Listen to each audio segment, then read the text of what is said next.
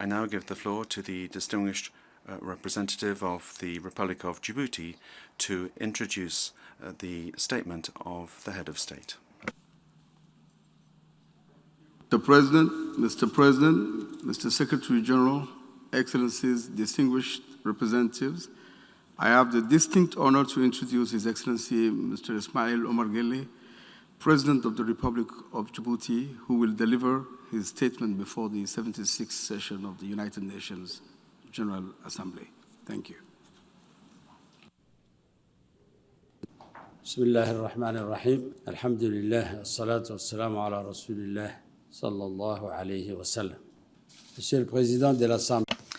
President of the General Assembly, Your Excellencies, Heads of State and Government, Secretary General of the United Nations, ladies and gentlemen, Your Excellencies.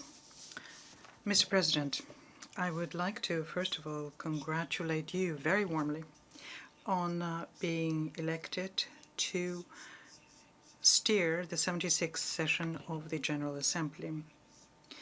We share the vision based on hope that you have articulated, and we are convinced that you will be following that vision throughout your term. And I would like to wish you every success and assure you that you have the full support of my country. We would also like to express our gratitude to your predecessor, Mr. Volkan Bozkır, and we also congratulate him for his extraordinary commitment during the year which was challenging, difficult and uncertain. I would like to also express our heartfelt gratitude to the Secretary General for his report entitled Our Common Agenda. We welcome the in-depth analysis of the threats to our planet, to our prosperity and global peace in the report, and we also welcome the very relevant recommendations on how to get out of the crisis. This is a call to urgent action and a collective awakening, and is a great effort of thinking on how to create the basis for renewed international cooperation based on solidarity. Mr. President, Secretary General, Your Excellencies, the COVID-19 pandemic continues having a devastating impact on people, and it affected first and our social indicators and brought into question our SDGs and compounded the extreme poverty. It continues being a threat to the healthcare of countries in the context of having very little by way of vaccines and information. Therefore, it's urgent to have a global vaccination plan to make sure that the current variants do not mutate and therefore do not bring into question our accomplishments we've already seen in our fight against COVID-19. In Djibouti, we have taken immediate scope of the danger, and as soon as we saw the first cases, we put together a mechanism for the management and response of COVID-19, and this helped us contain the spread of the virus.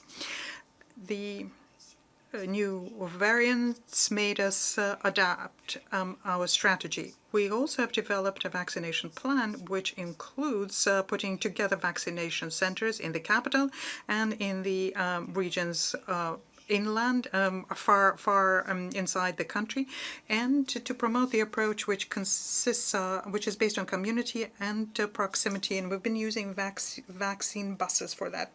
And we have a reaction plan, and it has several goals. First of all, preserve the means of livelihood for the most poor strata of the population, the most vulnerable and those who lost their job. Second, the goal is to put together the measures for recovery and social assistance in the short, medium, and long term.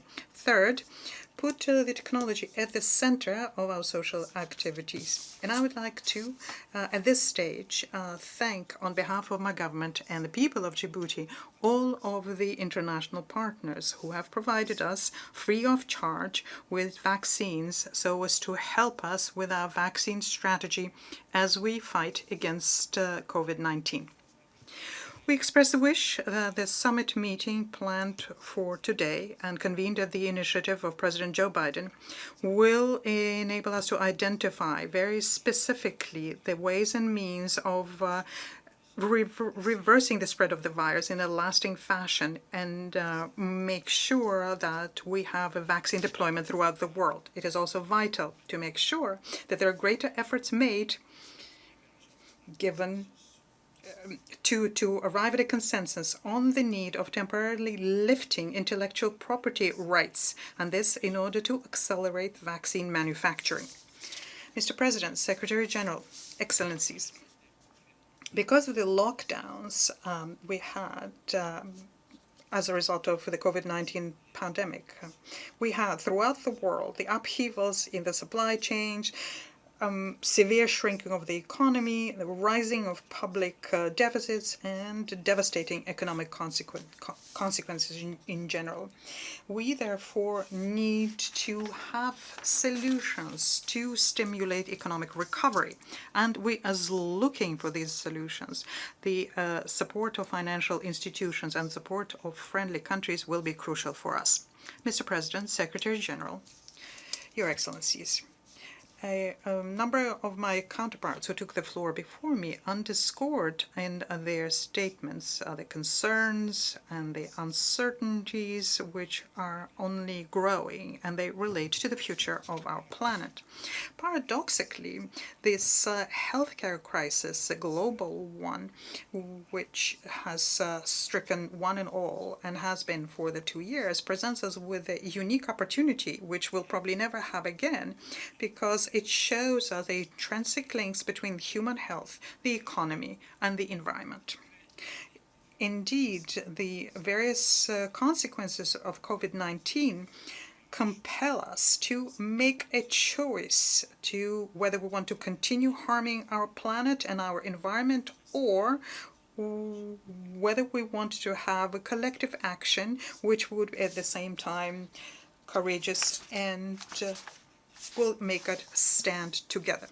In 2020, we have only seen the slowing down of economic and trade activities, and this was unprecedented, and we can see this in the figures that came out of the United Nations Conference on Trade and Development, UNCTAD. Let me just name a few of the figures. There was a 42% drop in direct foreign investment. There was a 20% contraction of global trade and a fourfold increase in the price of container transport. Environmentally speaking, what we have seen is a global lowering of greenhouse gas emissions, and this resulted in the slowing down of the rate of the destruction of the ozone layer. Now, in order to deal with the economic consequences, about $12 trillion were invested in order to counter the economic consequences of COVID-19 by governments in the fall of 2020. Because of the many devastating effects of climate change, such as, for example, extended droughts, hurricanes, or the rising sea levels, extreme temperatures, flooding, or locust invasions, to name just a few, we are under obligation to rethink our action. The Paris Agreement is a historic agreement, but we have to acknowledge that the efforts there do not rise to the level of our expectations that we had when we came out of COP21. Because of the climate fragility, the international community has to accompany developing countries so they can receive technology transfer, expertise, know-how, but also appropriate financing. Therefore, please allow me to yet once again welcome the announcement we heard in January of this year, which announced $5 billion in order to participate in restoring deteriorating landscapes, improving agricultural productivity, and strengthening the means of livelihood. This is within the framework of the Great Green Wall, which connects Dakar and Djibouti and goes through 11 countries. It seems to us that COVID-19 is a unique opportunity to finally lay the foundation for societies which are more egalitarian and have greater respect for the environment. We have to seize this momentum in order to be able to build back better for our societies, our economies, and redefine our interaction with our own planet. Mr. President, Djibouti remains committed to building a better future, as well as lasting peace and strong regional economic integration to make sure that all our peoples benefit from that. We regret that the efforts that we have made in order to normalize our relationships with Eritrea to date has not provided with the results that we hoped for.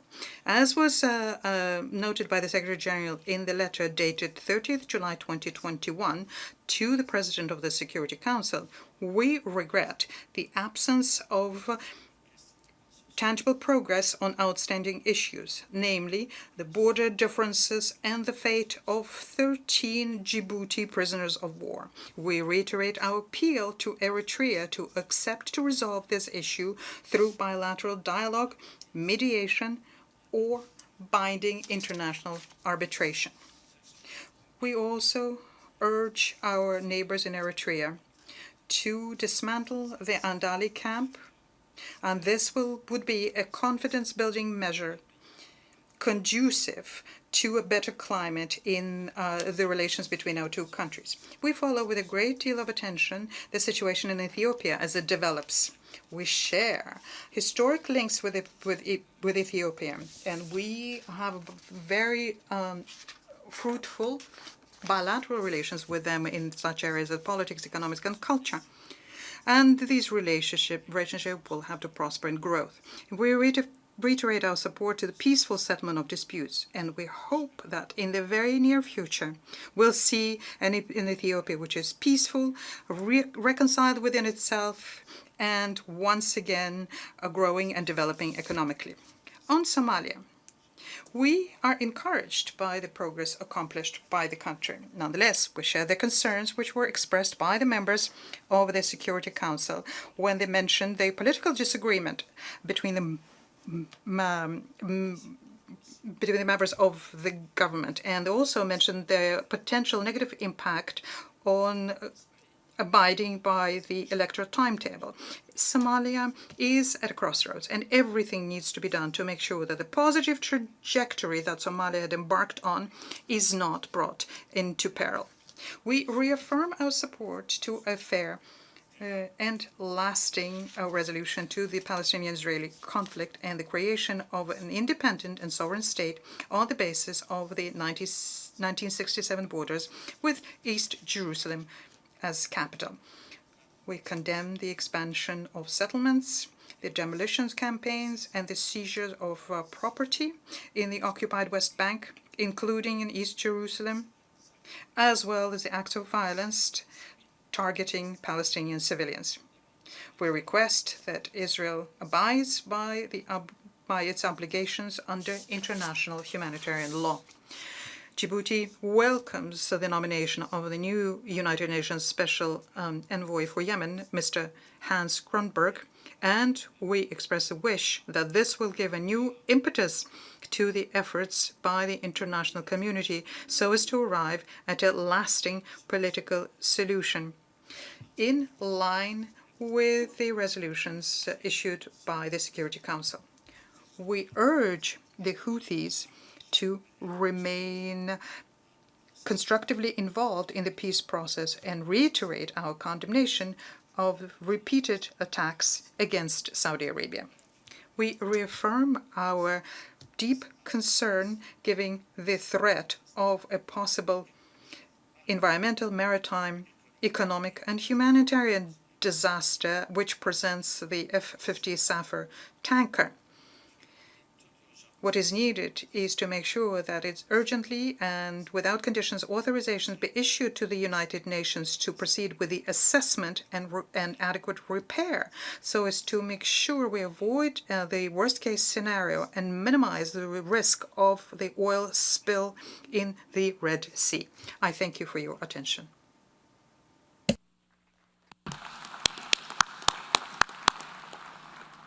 En nombre de la Asamblea.